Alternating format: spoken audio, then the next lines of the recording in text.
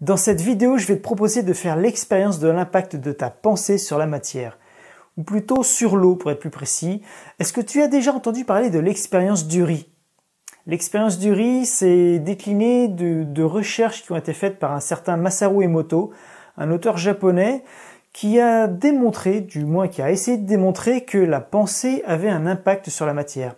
Et c'est quelque chose qui me tient particulièrement à cœur sur Naturel Positif parce que sur Naturel Positif, il est question, on parle beaucoup justement d'impact de la pensée, de l'esprit positif, de l'autosuggestion, même un petit peu éventuellement de la méthode Coué. Enfin, tout ce qui est lié à la pensée et à l'impact de la pensée, de l'esprit positif sur la matière, donc directement sur notre corps, et même sur d'autres choses, des choses qui peuvent peut-être paraître un peu plus paranormales, entre guillemets. Mais quoi qu'il en soit, la base, je pense que cette expérience que je vais te proposer de faire en direct, d'une certaine manière, je vais t'expliquer ça dans un instant, eh bien, si ça s'avère positif, ça va être déterminant pour vraiment aller plus loin par la suite. Et je pense que c'est quelque chose qu'il faut vraiment expérimenter soi-même pour en mesurer l'importance et la puissance. C'est pour ça que je vais te proposer de faire toi-même de ton côté, en même temps que moi, cette fameuse expérience du riz. Tu vas voir, c'est très simple. Il suffit d'un peu de riz, un peu d'eau et 2 pots en verre. Je vais te montrer tout ça dans un instant. Et pour que ce soit vraiment au top, cette expérience soit au top, je vais te proposer vraiment quelque chose en temps réel. J'appelle ça une chronosérie. Demain, on va pouvoir commencer à suivre l'expérience et jour après jour, en temps réel, je t'avertirai de l'évolution de l'expérience de mon côté. Et toi, de ton côté, tu pourras vivre le retour de ton propre côté. Je sais pas si c'est très clair, mais tu vas voir, c'est très simple. Pour faire cette expérience du riz, il faut du riz. Donc, si possible, du riz blanc. Bon voilà, moi j'ai pris du riz basmati, je sais pas si tu le vois là, bon c'est du riz basmati bio. Je mange pas beaucoup de riz, mais bon là puisque je vais en faire cuire un peu, je vais en prendre pour ma propre consommation également. Et il faut surtout donc un peu de riz, faire cuire ce riz. Il faut également deux pots. Alors moi je vais prendre, je pense, 2 petits pots de yaourt. C'était des petits pots. Ce qui est important, c'est que les pots puissent fermer. Donc, tu prends soit un pot de confiture, soit un pot en verre. Il faut que ce soit bon, a priori, il vaut mieux que ce soit un pot en verre pour des histoires d'éviter qu'il y ait des bactéries qui rentrent dedans. Alors, ça peut être ça peut être des pots de confiture. Si tu manges de la confiture, regarde, par exemple, voilà, peu importe, tu prends un pot, un pot vide que tu nettoies bien. Et d'ailleurs, pour vraiment faire les choses dans les règles, ce qu'il faudra, ce sera même le stériliser. Donc, je ferai bouillir un peu d'eau et je vais bien décaper, je vais bien désinfecter, entre guillemets, les pots avant d'y mettre le riz. L'idée, donc, de ce test du riz, c'est de mettre du riz dans 2 pots différents. L'un des 2 pots sur lequel, alors voilà, il y a plusieurs méthodes, mais moi je vais adopter une méthode sur laquelle il y aura un pot dans lequel je mettrai un peu de riz qui sera neutre. Je mettrai du riz dans le pot une fois qu'il sera bien nettoyé évidemment, et je mettrai du riz dans ce pot.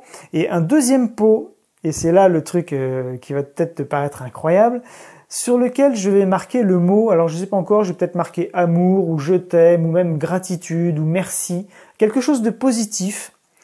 Sur ce pot, alors soit ça peut être sur une étiquette qu'on colle sur le pot, soit je vais voir, j'ai un feutre là qui a priori va me permettre d'écrire directement sur le pot. Et après l'idée, ça va être jour après jour d'aller voir ces 2 pots, ou en tout cas principalement le pot sur lequel il y aura écrit amour, je t'aime, enfin quelque chose de positif, et de ressentir cette émotion positive pour le riz qui est dedans. Tu vas me dire, mais il est complètement fou. Et ça peut paraître incroyable, mais alors justement, je voudrais voir si c'est réel, et la meilleure manière de tester, de voir si c'est réel, c'est de le faire soi-même. Puisque même toi, si tu ne pratiques pas cette expérience de l'autre côté de la caméra, et que tu me vois réussir cette expérience, tu vas dire ouais, mais si ça se trouve il a triché ou quoi. Alors évidemment, mon but c'est pas de tricher, c'est de réellement, pour moi-même d'ailleurs, faire l'expérience de ce test du riz. Mais pour toi, le meilleur impact possible sera si tu fais toi-même l'expérience et que tu en constates toi-même l'issue positive. Parce que qu'est-ce qui est censé se passer si ça marche? Eh bien, ce riz, on va le mettre à température ambiante. Un riz cuit à température ambiante, au bout de quelques jours, il moisit. Ça moisit assez rapidement. En principe, quelques jours, évidemment, ça dépend de la température ambiante. Si chez toi, il fait 8 degrés, ça va mettre un peu plus de temps que s'il fait 30 degrés. Chez moi, actuellement, il doit faire 20, 21 degrés. Et l'idée, donc, c'est de voir si le riz, vers lequel tu vas manifester des émotions positives, sur lequel donc il y aura marqué je t'aime, amour, etc. Si ce riz-là se conservera plus longtemps ou pas. Il semblerait que des gens aient réussi à maintenir ce riz pendant des semaines, voire même des mois, c'est-à-dire que le riz se maintient sans moisir dans le pot dans lequel il y a des ondes positives. C'est quand même incroyable. Alors d'ailleurs, le fameux auteur dont je te parlais tout à l'heure, cet auteur japonais, Masaru Emoto, il a lui fait des expériences précisément sur l'eau et il avait constaté que en regardant au microscope, on voyait des cristaux, je crois que c'est l'eau qu'il congelait ensuite, et il regardait donc la forme des cristaux de cette eau congelée, et en fonction de l'émotion que l'eau avait reçue, les cristaux étaient différents. Alors une eau qui n'avait rien reçu avait tendance à être un petit peu difforme, ou même une eau qui avait reçu des émotions négatives avait des cristaux pas très bien formés, alors qu'une eau qui avait reçu des émotions positives était parfaitement bien formée, et en fonction des types d'émotions, on pouvait même voir des formes de cristaux différents. D'ailleurs, je crois qu'on voyait ça dans un documentaire qui s'appelait What the Bleep Do We Know, et si je retrouve un extrait, je te mets l'extrait maintenant. Si je retrouve pas l'extrait, tu peux toi-même faire des recherches, et tu trouveras probablement des choses sur ce Masaru Emoto, donc cet auteur japonais. Donc ce que je te propose, donc pour résumer concrètement, dans la prochaine vidéo à laquelle tu vas pouvoir accéder en tant que membre, si tu ne l'es pas encore, donc tu peux t'inscrire, il y aura le lien dans la fiche ou dans la description de cette vidéo. Tu vas devenir membre, tu vas voir, c'est gratuit, c'est très facile. Et dès que tu seras membre, tu pourras accéder à la deuxième vidéo dans laquelle on va tout préparer ensemble. Je vais donc faire cuire mon riz, désinfecter les pots, mettre le riz, écrire le truc sur le pot, mettre tout ça en place. Et ensuite, dans les jours à venir, tu recevras automatiquement de ma part un email. Je t'enverrai un email régulièrement pour te dire tiens, ça y est, viens voir, je fais une nouvelle vidéo pour voir où ça en est et pour toi t'inciter à en faire autant de ton côté. Donc ça va être une chronosérie en temps réel. On va pouvoir voir ensemble l'évolution de cette expérience et voir si ça fonctionne vraiment, si ça marche ou pas. Alors si comme moi tu as tendance à avoir un esprit un peu cartésien, un peu rationnel, je pense que c'est vraiment une expérience très importante à faire. Laisse la porte ouverte, essaye, tente le coup. Moi-même, tu vois, comme je te disais, je suis cartésien, même si certaines choses m'ont poussé à croire et à enfin comprendre que peut-être c'était pas aussi simple que ça et qu'il y avait peut-être des choses invisibles, entre guillemets, qu'on ne maîtrise pas, comme les ondes. Regarde, il y a ne serait-ce que quelques dizaines d'années, les smartphones d'aujourd'hui auraient pas pu être totalement impossibles, totalement de la science-fiction. Et aujourd'hui, tout le monde en a un ou presque dans la poche.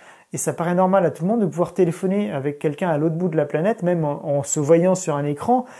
Et pourtant, c'est pas de la science-fiction, c'est la réalité. Si les hommes des cavernes avaient vu ça, ils n'y auraient pas cru du tout. Donc c'est pareil pour beaucoup de choses et pour beaucoup de domaines qu'on ne maîtrise pas encore. Ça en fait partie, c'est le domaine de l'invisible, des ondes électromagnétiques. Notre cerveau, a priori, serait un émetteur-récepteur d'ondes et à ce titre aurait la puissance pour modifier la matière. On le voit déjà, c'est déjà prouvé au niveau, par exemple, de l'effet placebo. On sait que lorsque quelqu'un croit, par exemple, qu'il absorbe une substance, un médicament qui est actif et qui peut lui permettre de guérir telle ou telle maladie, il y a déjà de fortes chances qu'il réussisse à guérir cette maladie, alors qu'en réalité, le médicament qu'il a pris, ce n'est rien du tout, c'est quelque chose de neutre ou juste un petit peu de sucre.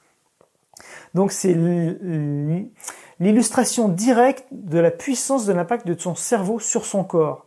Là, c'est un peu différent puisque c'est l'impact de son cerveau sur quelque chose d'extérieur à nous. Donc c'est un peu différent, mais en même temps c'est lié, puisque si on peut avoir un impact sur quelque chose d'extérieur, ça ouvre des perspectives incroyables. Ça veut dire déjà évidemment qu'on peut avoir une puissance phénoménale de notre pensée sur notre propre corps, mais aussi sur notre environnement et sur tout ce qui... Enfin, c'est illimité quelque part. La seule limite, c'est justement notre esprit, notre pensée, nos freins, nos barrières mentales. Et justement, de faire cette expérience, ça va permettre de repousser un petit peu ces barrières mentales. Je me rappelle d'une expérience avec des poussins. Il y avait des petits poussins qui venaient de naître et auxquels on avait fait croire qu'un objet mécanique électrique était leur maman. Cet objet, c'était une sorte de mobile autoporteur, une sorte de mini-robot qui se déplaçait uniquement avec des mouvements aléatoires. Donc il était sur une surface et il avait des mouvements complètement erratiques. Sauf que les chercheurs ont constaté qu'à partir du moment où les poussins avaient enregistré que cet objet était leur maman, eh bien, ils avaient une telle envie que cette maman vienne leur donner à manger qu'ils émettaient des pensées pour attirer cette maman à eux. Et c'est incroyable, mais ça a été filmé, ça a été prouvé scientifiquement. Ce mobile, ce mini-robot avait tendance, à partir du moment où il y avait les poussins à côté, à se déplacer progressivement vers les poussins. Les poussins avaient une réelle influence sur le déplacement aléatoire, qui du coup n'était plus totalement aléatoire, de ce mini-robot. Donc, c'est illimité. Même un poussin peut manifester, avoir un impact de sa pensée sur la matière, et en l'occurrence sur un robot. Donc ça prouve vraiment que nous, en tant qu'humains, avec notre gros cerveau, on peut vraiment faire des choses encore plus incroyables. Cette expérience, je t'invite vraiment à la faire. Pour cela, la suite, il suffit donc d'être membre. Si tu n'es pas membre, tu cliques sur le lien. Dès que tu vas cliquer sur le lien, tu vas arriver sur la page où il y aura cette vidéo et la suite en dessous pour démarrer cette expérience ensemble. C'est parti, on se retrouve dans la prochaine vidéo. Salut! Une dernière chose, peut-être que ça ne marchera pas dès le départ, parce qu'il faut y croire. Peut-être que tu as du mal à y croire, peut-être que tu vas avoir du mal à manifester, à envoyer de l'amour à un pot avec du riz dedans. Si ça ne marche pas la première fois, si tu vois que les deux pots moisissent exactement à la même vitesse, eh bien ce sera un échec, mais tu sais que chaque échec est un pas de plus vers la réussite. Donc si moi j'ai également un échec, eh bien je recommencerai. Peut-être que la fois suivante, ça marchera un peu mieux, jusqu'à peut-être, pourquoi pas, réussir à garder mon riz intact pendant plusieurs mois. On verra. L'avenir nous le dira, mais pour que tu le saches, il faut que tu sois membre du blog. Tu as compris comment il fallait faire. À tout de suite.